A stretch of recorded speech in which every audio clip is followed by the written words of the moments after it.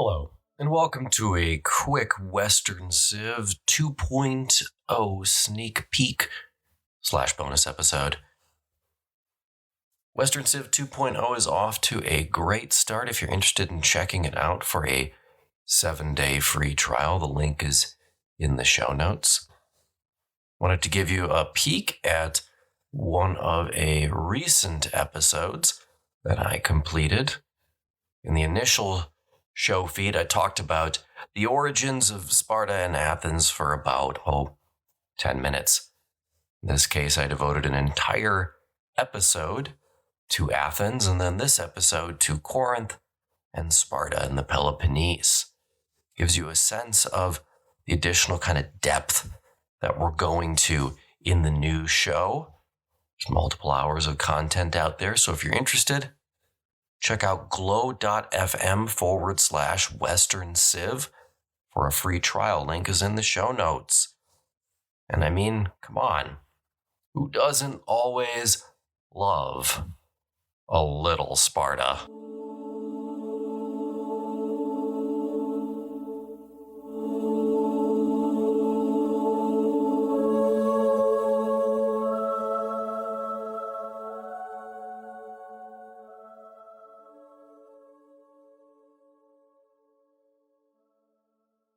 Last time, we examined the development of Athens through the Dark Ages and into the early classical period.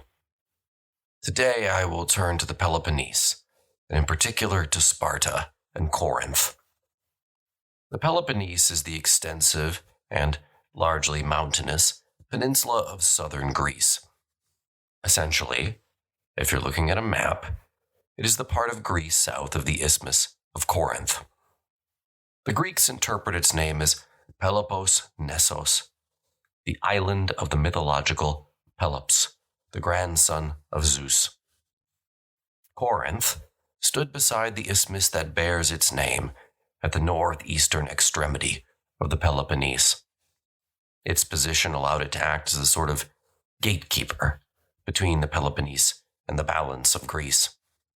The ancient urban center sat on the slopes of the Acrocorinth, an impregnable acropolis situated 6 miles west of the isthmus. This site had been occupied by humans since the Neolithic Age. During the 8th century BCE, Corinth was urbanized as the result of an amalgamation of 8 adjacent villages. Corinth, owing to its strategic location, grew rapidly. By 800 BCE, Corinth had established colonies on Ithaca, the legendary home of Odysseus, on the western side of Greece. By 733, it had done the same on the island of Corfu. Finally, only 13 years later, by 720 BCE, there is evidence of Corinthian settlers as far west as Syracuse, in Sicily. Critically, owing to its seaside location, the polis that was Corinth was always first and foremost a maritime kingdom. It exploited its colonies and derived as much wealth as possible, extracting tolls on freight across their isthmus. Corinth was absolutely crucial in the development of martial naval technology in the classical Greek age. Corinth invented at least one, very possibly all 3, of the principal successive forms of the Greek warship: the pentaconter, the bireme, and the famous trireme. Certainly traders from Syria and Phoenicia helped to provide the expertise, but the Corinthians built the ships. Right around 700 BCE, the pentaconter began appearing on Corinthian pottery, and certainly by then was the predominant ship in the Corinthian navy. A navy that would dominate the Aegean for nearly 3 centuries. These were fast-moving ships, strengthened at the prow with a single-pronged, tapering ram called an embolos, sheathed in bronze. The pentaconter was an oared ship, as were all three ships designed in Corinth. It accommodated 24 rowers and 2 steering oars at the stern. The Pentaconter did not last long in the annals of the classical Greek navy. It was far too long and too narrow. Maneuvering it was extremely difficult, and it could not survive even the slightest of Mediterranean storms. The Pentaconter was quickly replaced with the bi-ream. This revolutionary design kept the 24 oarsmen, but seated them in 2 rows, one atop the other. Each man commanded his own oar. What this did was allow designers to shorten the ship while it actually got faster. Because it was more compact, the bi-ream did better out at sea and was a much smaller target for the enemy. We know from Assyrian sources that the Phoenicians were already using bi-reams by 705, and the Corinthians could not have been long in following them. The trireme, however, was a purely Corinthian invention, or at least so Thucydides claimed. This was a massive ship compared to the first 2 iterations. The trireme sat 27 oarsmen at each of the same 2 levels utilized in the bi-ream, so 6 more, and then added a 3rd row of an additional 31 rowers on either side. This gave the trireme a whopping 116 rowers, each man pulling his own oar. The trireme exceeded its predecessors in speed, ramming force, and maneuverability. Interestingly, even though it was by far a superior model, the trireme did not supplant either of the 2 earlier models across the Aegean or Mediterranean. That was because the skill required of the oarsmen was so high. I mean, these were no galley slaves. Only large maritime powers like Corinth and Athens could successfully outfit a trireme. Other lesser naval powers, Argos, just as an example, had to continue using bi-reams. Obviously, this gave the larger city-states like Corinth and Athens a major advantage at the sea, an advantage both would exploit in the coming centuries. But turning farther south, we must discuss Sparta. Laconia comprises the southwestern region of the Peloponnese. It is bounded to the north by Arcadia, to the west by Messenia, and to the south and east by the Aegean Sea. Its capital, Sparta, was called Lacedaemon by the Greeks.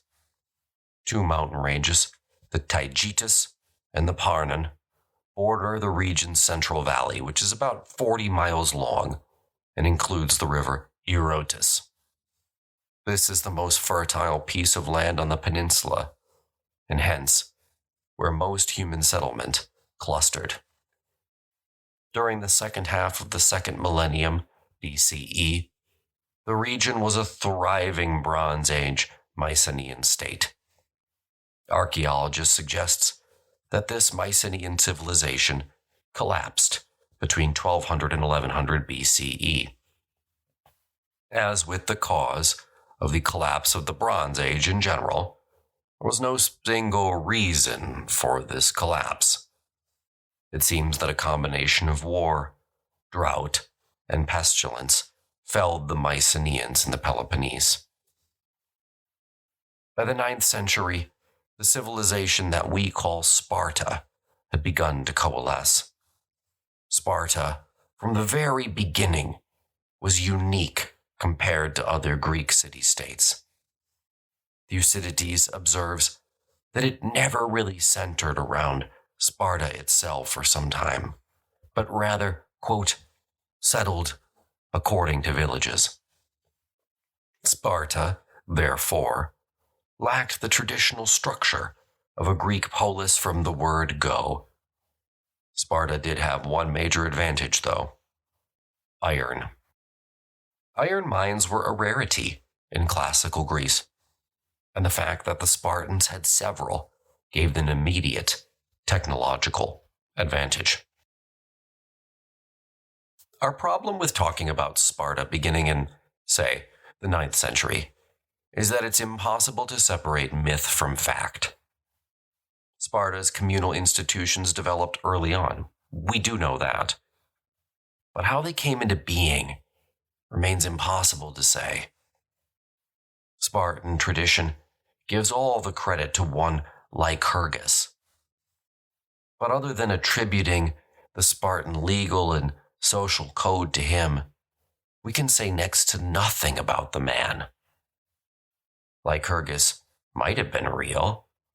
He might have been a myth from the very beginning, someone designed to give Spartan institutions immediate credit. Impossible to say. All the same, the principal features of the Spartan constitution are clear even from this early date. Sparta had two jointly ruling kings. These two men always came from the Aegeid and Eurypontid lines, one from each. Both of these families claim that their lineage went straight back to Hercules. From 650 BCE onward, the power of two hereditary lines was essentially military in nature. There were two of them to provide a natural system of checks and balances. To some extent, though, certainly as we'll see, not always, these two kings brought stability to the Spartan system. It helped also that, as a Spartan king, if you supported the war party, then you had to go with the army, which made you inherently a little bit more conservative. In addition to these kings, there were 5 ephors, which means overseer. These were elected from the citizenry between the age of 30 and 60. They held office for a single year and enjoyed far-reaching powers that covered all 3 branches of government: executive, legislative, and judicial. These men supervised the population at large and checked the power of the Council of Elders, which was called the Gerousia. This body consisted of 30 members again and again between the ages of 30 and 60. The Gerousia's main job was to prepare business for the ultimate Spartan assembly, called the Apella. Every male Spartan over the age of 30 was automatically a member of the Apella. In theory, this number always stood about 9,000. Called the homoioi, these men were equal before the law, and each possessed his own allotment of land, called a kleros. Critically, every single one of these 9,000 men were also members of the Spartan army. Said army was arranged into 5 companies, which were arrayed according to the traditional 5 Spartan tribes. The Spartan army was, as I'm sure you know, elite in the classical world. The men who made up its ranks didn't farm the land. Their helots or serfs did that for them. Their business was war, and they worked at it tirelessly. The Council of Elders and Assembly balanced out the Spartan political system. That being said, the Assembly's final decisions were strictly enforced, and there was little the Council of Elders could do if it didn't approve of said decision.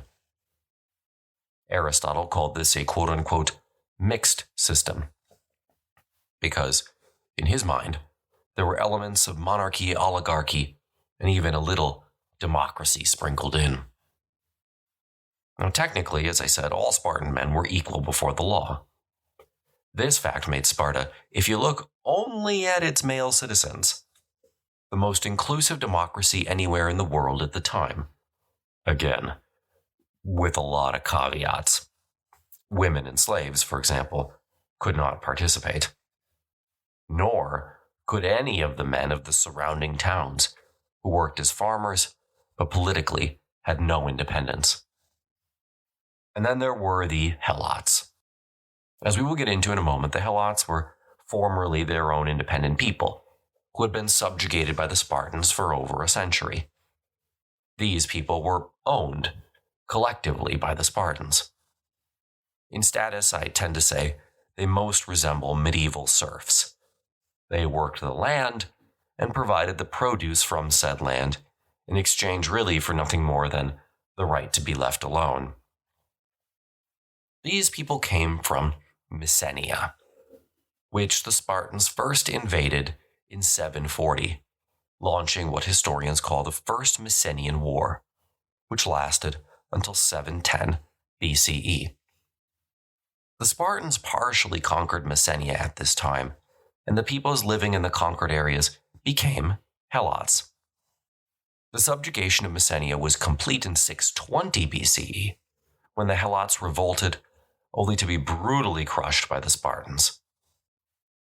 Though the fear of a Helot revolt would continue to loom large in the Spartan imagination, never again in the classical age would Messenia rise in a full-scale rebellion.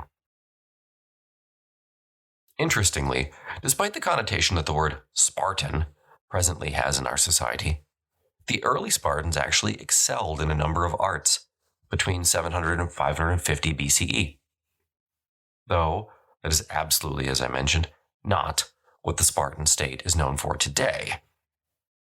Turning to those more memorable institutions, one of the most famous was the Agogi, which likely came into being between 700 and 600 BCE. The Agogi itself was a complex institution that became emblematic of the totalitarian, socio-military institutions for which the Spartans were famous. Some Greek authorities around the 7th century believed that many aspects of the Spartan military social complex were actually imports from earlier states, most notably from Crete. While this might be true, and some aspects of the Agogi et al. Might have existed during the Greek Dark Ages, certainly by the time of the Second Messenian War, so late 7th century, everything we think of when we think of Sparta was in full force and effect.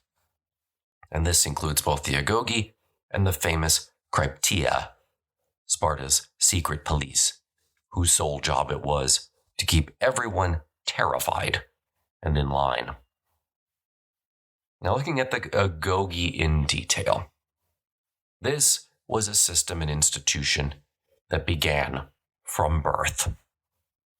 Every Spartan infant was examined shortly after being born by, quote, elders and tribesmen, end quote, who rejected weak or deformed babies and ordered them to be thrown off a cliff. Children who passed the initial test were separated from their families at age 8 and enrolled with a group of similarly aged children called a herd. Here the children were watched over by an older Spartan.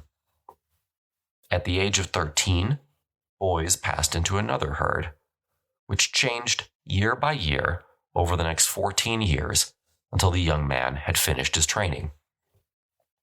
This was a state-sponsored curriculum of an increasingly brutalizing nature. The boys were brought up in a squad called a bua, which was part of a larger troop called an iya. Each of these was overseen by an older boy, aged 20, called an iron. When the boys reached that same age, they would be put in control of a squad of their own. But at age 20, a young man was not yet a full Spartan citizen, though he was very close. At this point, he would have gone through at least 7 years of non-stop, arduous military training. At 21 years old, the men were finally eligible for Spartan citizenship, though they remained a part of their group. The most important decision, however, was what mess hall the young man would be admitted to. These were like fraternal societies on steroids, and they were very exclusive. One vote against you, and you didn't get in. Every mess hall, or sousutia in Greek, was limited to about 15 men. Every member had to pay their share and could be excluded for failure to pay. Actually, while we're on the subject, there were tons of reasons why one might get excluded, including failing to complete the training schedule on time and a myriad of different things you could do wrong in battle.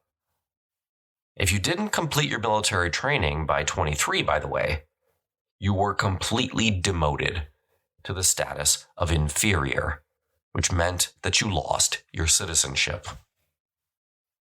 At the age of 30, men were finally admitted to the assembly. But still, their social lives continued to revolve around their mess. Young men continued to train every day. The military was their life. No Spartan citizen had a job or career other than the military. They were cogs in a machine, and this made them, for the longest time, the greatest soldiers in all of Greece, frankly, on all the world. Spartans were expected to marry about age 20. Bachelors were ridiculed and suffered legal disabilities. Now, the Spartan marriage ceremony is a bit bizarre. A bride had her hair cut short and was made to wear masculine clothing. Then she was forcibly carried off and left alone in a room to await her husband. After sexual intercourse, her husband left her again. The two would continue to meet, but in secret. Wives were not acknowledged in public. This strange, forced clandestineness continued until the birth of a child. Somewhat surprisingly, I suppose, given this mock rape marriage ceremony, Spartan women were actually treated comparatively well for the times. Because the Spartans understood the need for more children, who would become more soldiers, women were revered for their role in the maintenance of the army. Spartan women didn't have to do domestic chores. Their helots did those. The Athenian women, by contrast, thought that this was shameful, as were the short skirts the Spartan women sported.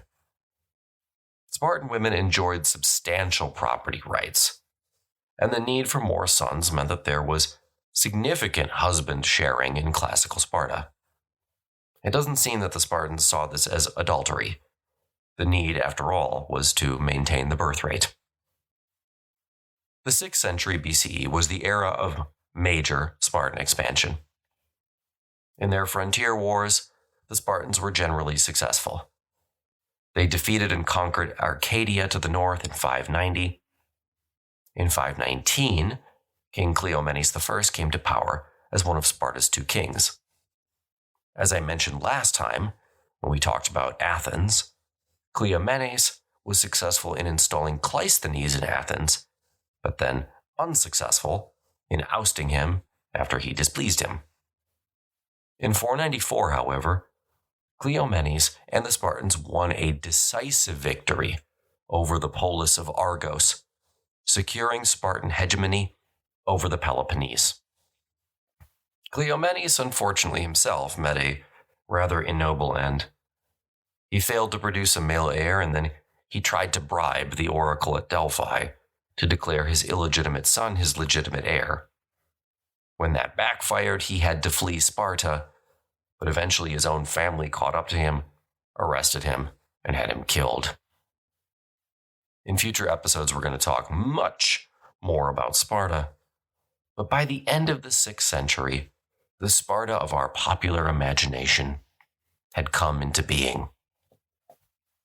The last topic I feel like I should touch on now is the development of the Olympic Games, as Olympia is located on the Peloponnese. A local athletic competition was already being held at Olympia by 900 BCE. The games, however, in their more developed form, seem to date from the 8th century. The traditional date for the beginning of the Olympic Games is 776. Certainly by 776 BCE, the games were reorganized on a pan-Hellenic basis, which was a tribute to their widespread popularity. The status of the games themselves were enhanced by the presence of Olympia of a fairly successful, decorated treasury, as would also be the case at Delphi. The Olympic Games were one of 4 major athletic festivals of Greece. The others were the Pythian at Delphi, the Isthmian near Corinth, and the Nemean near Argos. The games at Olympia, though, were the only games that did not feature music and poetry. Moreover, the games at Olympia were also significantly older than the others, making them by far the most prestigious. The competitions at Olympia lasted for 5 full days. The first day was preparatory, dedicated to sacrifices and prayers to the gods. The second witnessed the chariot race, the sport of kings and everyone's favorite spectacle, followed by the horse race, as well as 5 events, the pentathlon. On the third day, which by the way was always timed to precede the full moon, there was a procession to the altar of Zeus. This was followed by 3 junior contests between boys. The fourth day brought the 3 men's running events, and the wrestling, and the all-in wrestling and boxing. The fifth and last day was dedicated to final celebrations, including thank offerings and a banquet for the victorious competitors. As many as 40 to 50,000 people came from all over the Greek world and attended the Olympic Games. The winner of any game won the prize of a wreath woven from a sacred olive tree. Despite this rather mediocre award, many athletes were honored for the rest of their lives and rewarded handsomely upon their return home. We need to leave the Greeks here for now. Next time, we fly to the east and watch the development of Persia under Darius, as they eventually will come smashing into the Greek world.